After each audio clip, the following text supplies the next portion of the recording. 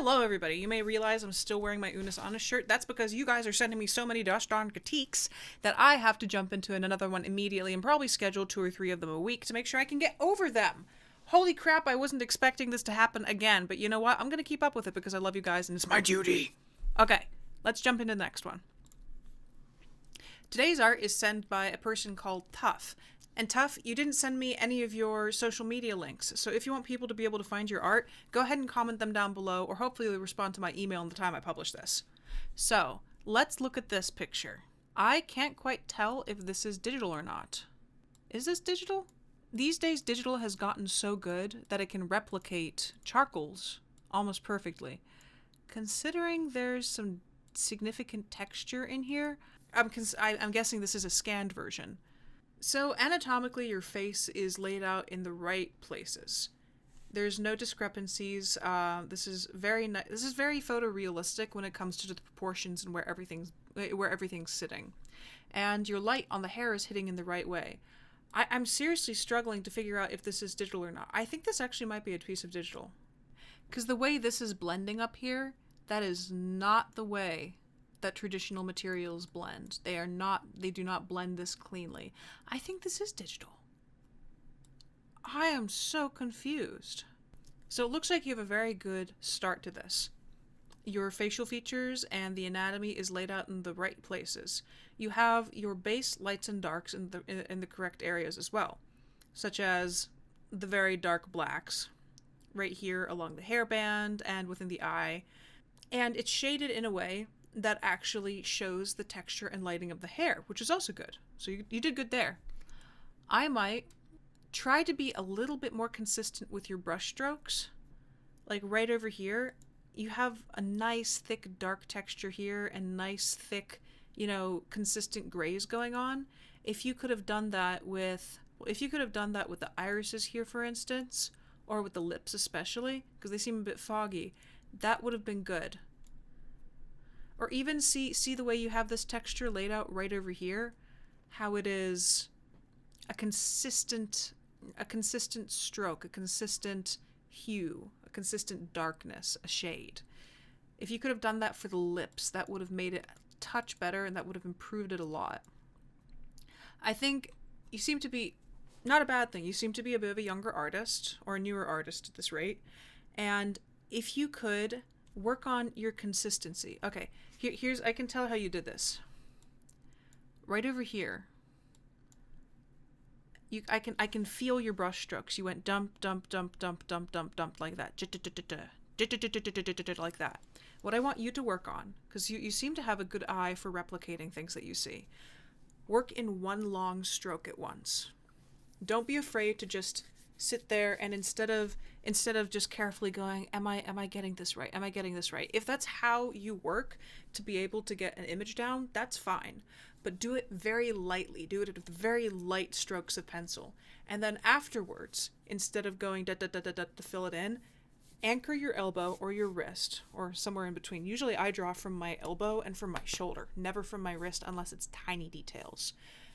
And curve down with the cheek with an entire stroke. Make those lines smoother, make them nicer, because this could be a really nice picture. I think it just needs to be sharpened up a tiny bit. Make this nose line smoother, make this cheek line smoother. Here with the eye right under it, that needs to be a smoother line. But other than that, it's a very, very good start, and I think this has a lot of potential to be a lovely picture. And I'm still really darn confused. Is this digital or is this traditional?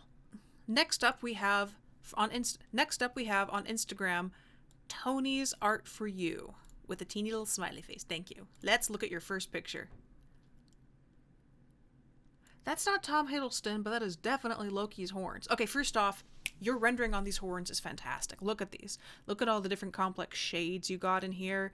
That is great. That looks great. That's beautiful. Nice job. Nice frickin' job. I love seeing properly rendered metal. Okay, so that's good. And you got the rendering down here, right? The lighting seems to be straight from the front. I'm wondering how you approach this, because the lighting from the for the face of this person, because I don't know if this is Tom Hiddleston or not. The lighting for this for the face of this person seems to be kind of straight on, almost like where my light's coming from. But then the lighting for the horns seems to be more coming from on top. The horn lighting is a lot more complicated. And if you look, I know Loki's horns are golden, and one of the most common shading colors for gold is actually green. You can actually see the green tones in here, because strangely enough, gold shadow color is most of the time green. Green or gray or dark blue. Very rarely purple, but that's mostly if it's iridescent. Cooler tones instead of warmer tones. Like, you can see it, he did it beautifully in here. This is done masterfully.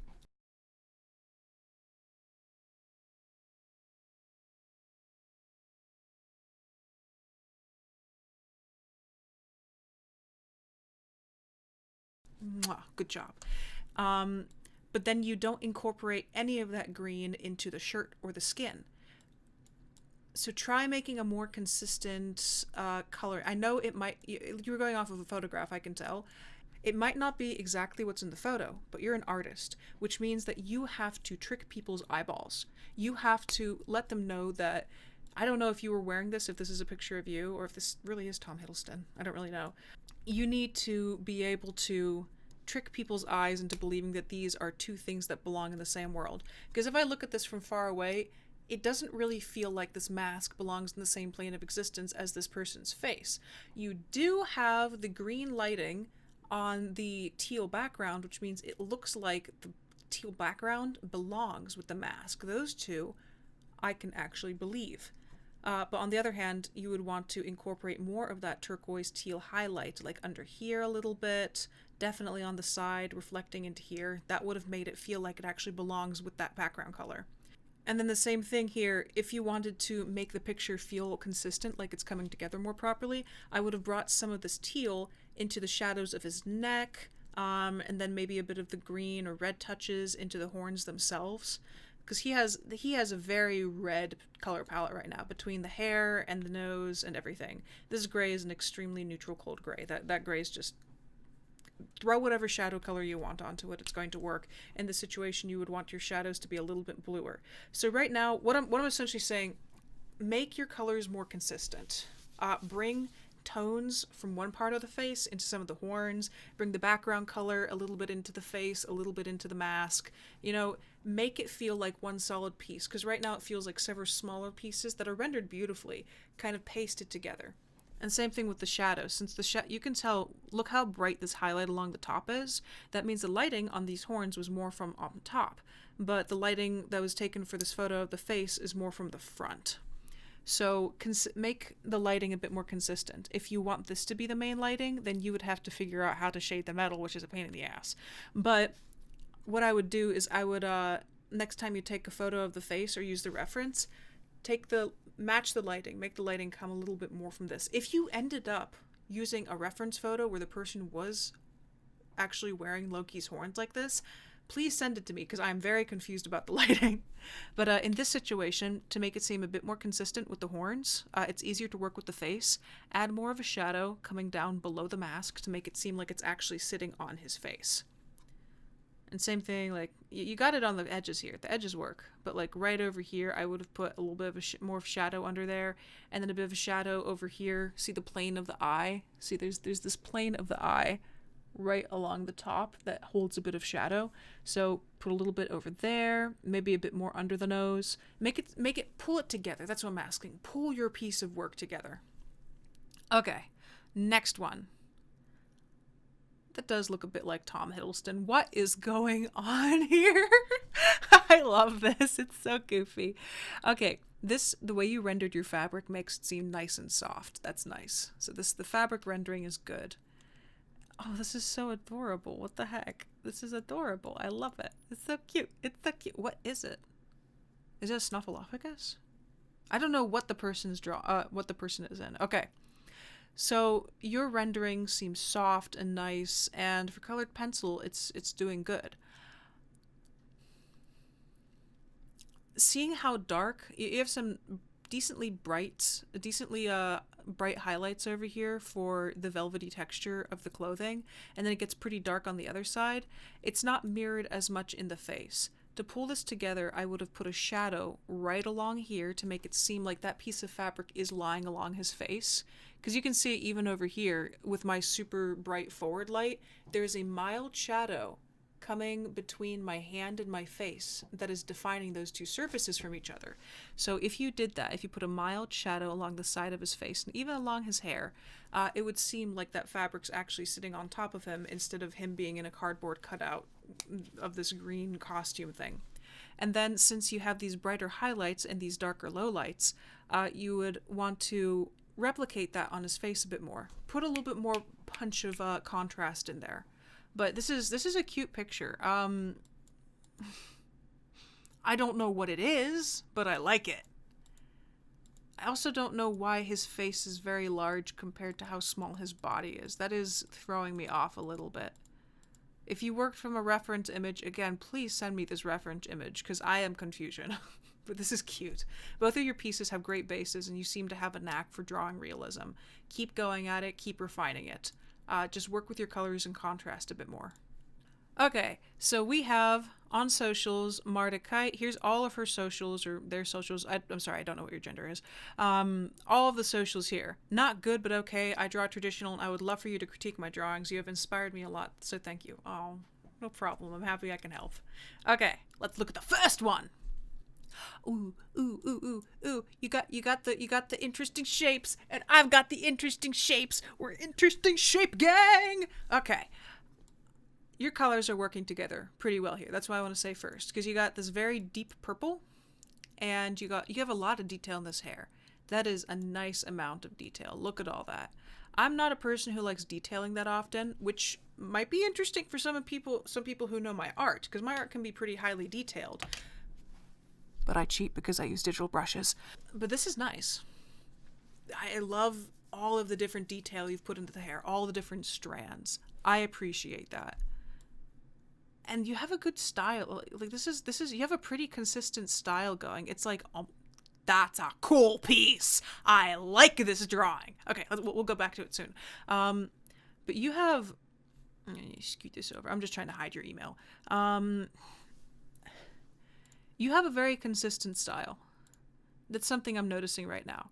So I was going to nitpick on the style a bit, but I don't want to nitpick on style, because that, everybody has their style. Don't nitpick on somebody's style unless it's like, my style is having incorrect anatomy, and I'm going to defend it by saying, it's just my style. There's a meme about that. I forget where it went, though. But you have a consistent style going, and I want you to refine it and make it your own. Take it. It's almost anime-ish, but not quite. Take it, make it your own. I want you to do that, because you have a good potential for that. You do not like drawing legs, though. You send all these 3 pictures and none of them have lower bodies. I know anatomy is difficult, don't worry. I used to not draw feet or hands. I would hide them behind my characters' bodies. I was like, ooh, the hands are so complicated. Actually, what I did to solve that is I became fascinated with hands, and I've drawn nothing but hands for several years, and that's why I'm good at drawing hands these days. I like attacking my problems. I should be attacking the government. I see that you're working with pen and markers. It's a little bit difficult shading with pen like this. You need to learn your hatching techniques a little bit better. Or if you have, I'm looking at this, you have a skin tone, you have a kind of lighter Caucasian-ish peachy skin tone color here. If you take that and you keep layering it to create these shadows instead of relying on your cross hatching, it might give you better depth and slightly more realism. And then for the very, very edgiest black parts, then you can use this hatching. This hatching is a teeny bit messy, and I think it detracts mildly from your picture. And I want to see that improved a teeny bit, because then I think this could look really nice. Because you got some really good shape language going here with these straight lines on the eyebrow cutting into this gorgeous flowy hair. And then that is actually reflected, the shape up here is like a combination of both of them, which is really nice. But I want you to start using your markers to shade more. Try doing that. It's a little bit of a step, but I think you can do it. I believe in you. Try shading in these areas with your markers, and then add these hatching lines at the very end if you need to accentuate the darkness. In fact, if you have a different hatching, like if you have different colors of markers, like a very deep brown, for instance, or deep greens, that can be used for skin tones, because deep green is actually, if you look at my skin, I have cool tone skin. And so, I say that and my camera decides to turn me orange. Thanks so much, camera. But, I have cool tone skin, so my shading colors are actually blues and greens. Yeah, I want to see you start using your markers a bit more, and it'll literally help. Just take a piece of paper that you can waste and color the heck out of it. Just go at it, experiment with your markers. I have wasted probably at least 15, 16 good sketchbook pages experimenting with new markers. Just literally, I get a new pack of markers and I take every single one of them out, see how their color reacts, see how it works. So experiment with your markers a bit more. Because if you took a deep blue, like, okay, see this purple that you used here? I don't actually know if this was ballpoint pen or not, but this deep purple, if you learned how to very lightly and quickly hatch with it, just so it doesn't lay down its full saturation, you could have used that purplish blue to shade the color of the hair. Like, you would want to shade it in this block right over here to show that this hair is actually back there instead of part of this. You could have used it down here and in here. Yeah, so learn your materials a bit better. You have a very good base. You're a good artist. You have good line control. Your character looks cool. Learn how to use your materials to advance your techniques. And same thing with this one. Oh, we got a bloody boy holding his sword. Okay. I'd say same thing with this one. You can you got your good detail going, but some of these teeny little hatching lines make it seem a teeny bit messy. Wow, he's like a masochist. He's just gripping and I am bad boy. Okay, but this is still, yeah, you got good texture. This seems like very textured picture. This is a good sketch. I like this. This is nice. But yeah, oh, you got your bands right. You seem like you're going to be good with clothes. I have trust that one day you're going to be very good at drawing clothing because of how I'm seeing you handle these bands right here and the way you draw your hair. And again, you have that very similar to the first portrait, very similar shading or shape definition and technique here. I would say do the same thing. Start learning how to use your markers and your other materials instead of completely relying upon using your tiny little hatching marks. Like, I can see you have good hatching marks here, but they're also almost all in the same direction, and they're not wrapping around with his arm. See how it's coming straight across up and down, but your arm actually curves around at certain angles. So these hatching marks should actually be rounded like that and like that, especially over here. Or like over here, since, you know, he has his bicep going right here, they would be rounded over the top of the bicep instead of coming flat across it like that. And the final one, the one I absolutely adore. This is badass. I like this picture. This is good picture. Okay. This has a beautiful, stark, strong color palette. Simply black, red, and white. That looks really, really nice. And I love her attitude. Look at this attitude. She's just like, oh, you want something? I love her. She's awesome. And again, you have you're good at your hair. Yeah, I can see down here your marker is lining, which just means you need to lay down more quickly and more consistently. That marker lining happens when you press a little bit too hard, and the felt pad of the marker is pushed more on one edge, which means that there's more pressure, more ink coming out, more saturation. Some markers, it's very difficult to get around doing this, but yeah, I would have to know what kind of markers you use. It doesn't look like, it could be, no, I can't even guess what kind of markers these are. I'm not going to try, but it looks like you're using a chisel tip because of the way how it's jagged at the bottom and these blocky points. Chisel tips are a little bit more difficult to get consistent color lay down with. I also like that the one advantage of this is that you put it with her clothing, so you actually inadvertently gave her shape. If this had been straight downwards, then it wouldn't have had a good shape. But see how you curved it along with her collar and her body? You actually accidentally gave her body shape by letting these lines follow along with her body. That's nice. Okay, for her, basically the same critique I've had for the last two pieces applies. You are relying maybe a bit too much on these jagged, quick hatching lines, and it's detracting from your art, because they're also here in the hair, and they belong in the hair to give the hair texture, but then when you start putting them all over the face, it takes away from the rest of the image.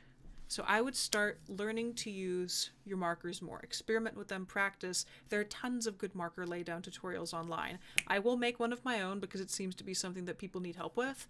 Because wait, let me get one of my marker pieces. I had to peel this off the wall. You better be happy, boy.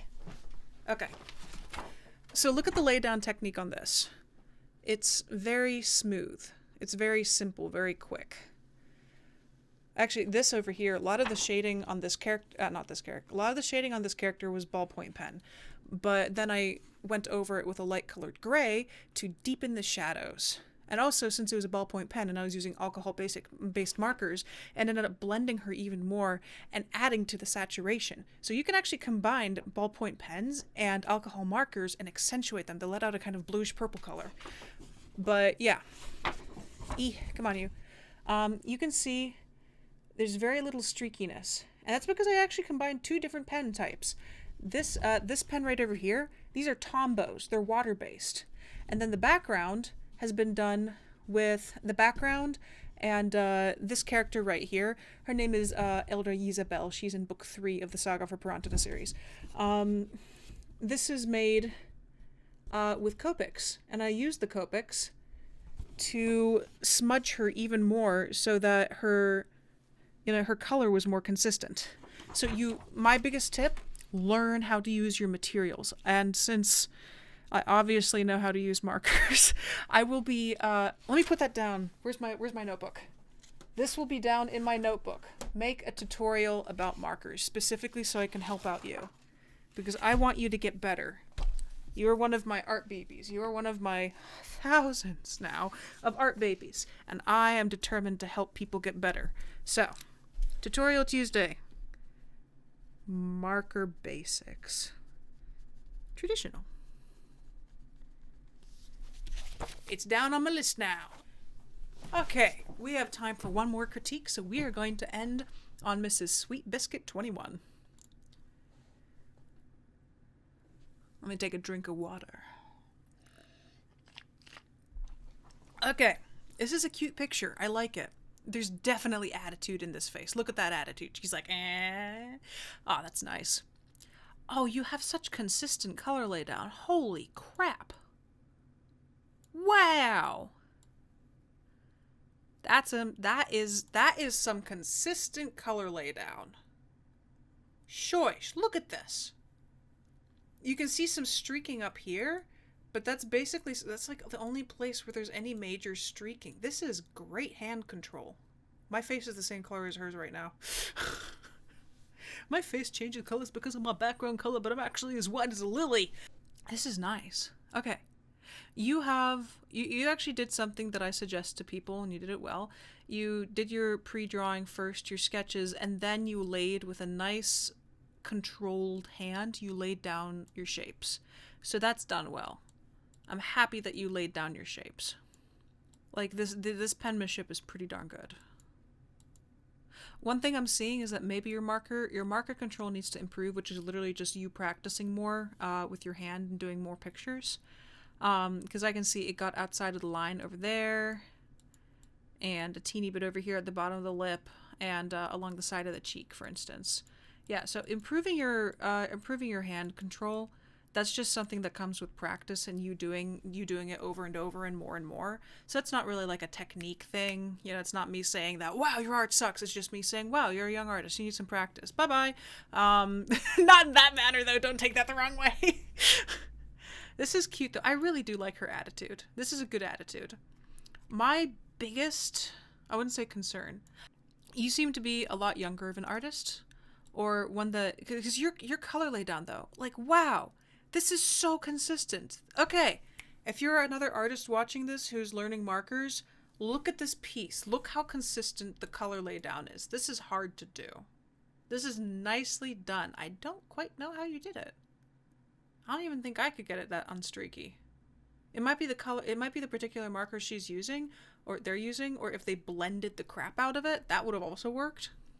The only thing that's really popping out to me is that the anatomy isn't quite all there yet. Like, for instance, the shoulder, the neck is too thick, it comes out. So this is really I can't give this a critique without literally tearing it apart in a way. For things that you simply haven't practiced enough on yet, which would be really mean and kind of unnecessary of me. So here's my biggest thing that I want you to do. Keep practicing. Your hand control and your approach to your materials is excellent. This is a really good start, but you need to practice just drawing more often. This is a good start. It's a person, and she has a lot of attitude, which is hard. Sometimes it's really difficult to express emotion and attitude, so good on you for that. I just want you to keep drawing. That's my biggest thing. Keep drawing, because you're gonna go places if you can get line work like this. And I love how this is obviously the same color over here as this. It's just that you have laid it down fewer times, and you've laid this down more times. So keep grabbing faces. Okay, not like that. Keep finding photographs that you want to draw. Keep finding people's faces that you want to draw, and just keep doing it. Because, the cheek's out a little bit too much, for instance. Something's happening with this ear. The neck is too thick, and, the shoulder is... This is floating compared to where the back is. The line should have come up like this, and then led into this one. And then this line over here should have stopped right about here and maybe went a tiny bit that way to show that it's connected to the back. Things like that.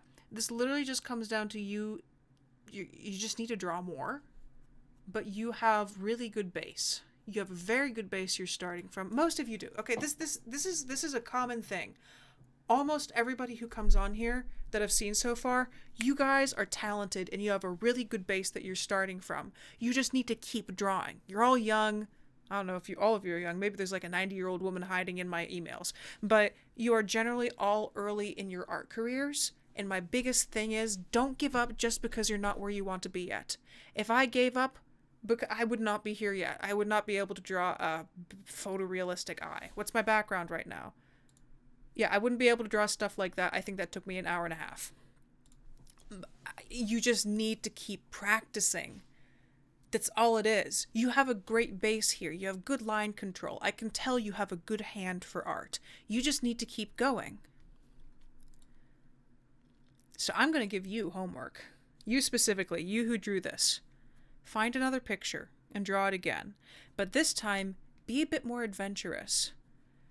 You have very good control of your materials. So what I want you to do is find a high contrast picture. This one seems to have a nice gentle light source. And I can see you tried adding in a shadow over here, and there's some shadow over here and here. Find a picture that has a bright contrast, like a bright light coming from one angle. And it can be a hand, it can be a face, it can be a cat, I don't care. Just find that and try drawing that and try putting in your shadows and be a little bit looser. This skin, I can tell that this is the same tone of marker over and over again. You essentially used 4 different markers. You used hair markers for the hair, maybe a different one for the eye. Okay, 5 markers. 1 for the hair color, 1 for the eye color, 1 for the skin color, 1 for the lip color, and 1 for the shirt color. I want you to mix those colors together next time. I want you to start including other colors in. And I want you to use a lot more shadow. Be bold with your shadow. It's okay to make mistakes. I have literally hundreds of bad drawings, maybe even thousands of bad drawings from my lifetime. Drawings that I want to burn or hide or put away where I can never see them again. I've done so much experimenting, and that's the reason I'm good now, is because I've gone through my bad stages and experimented and found out what didn't work.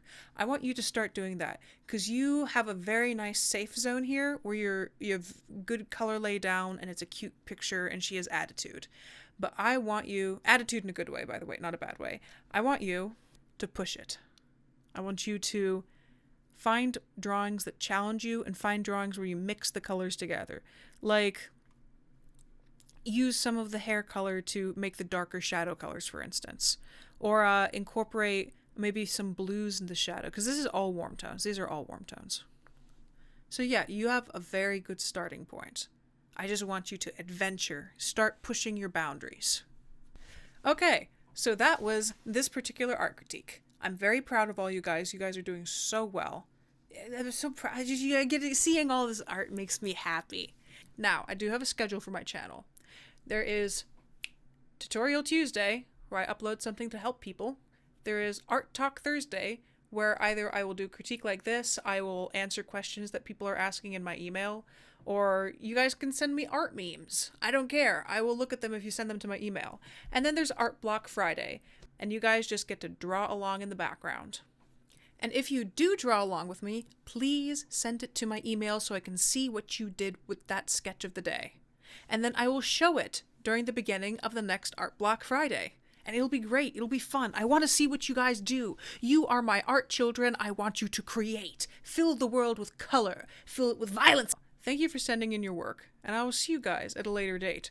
As per usual, drink your water, get your sleep, believe in yourself, and follow your dreams. Bye-bye.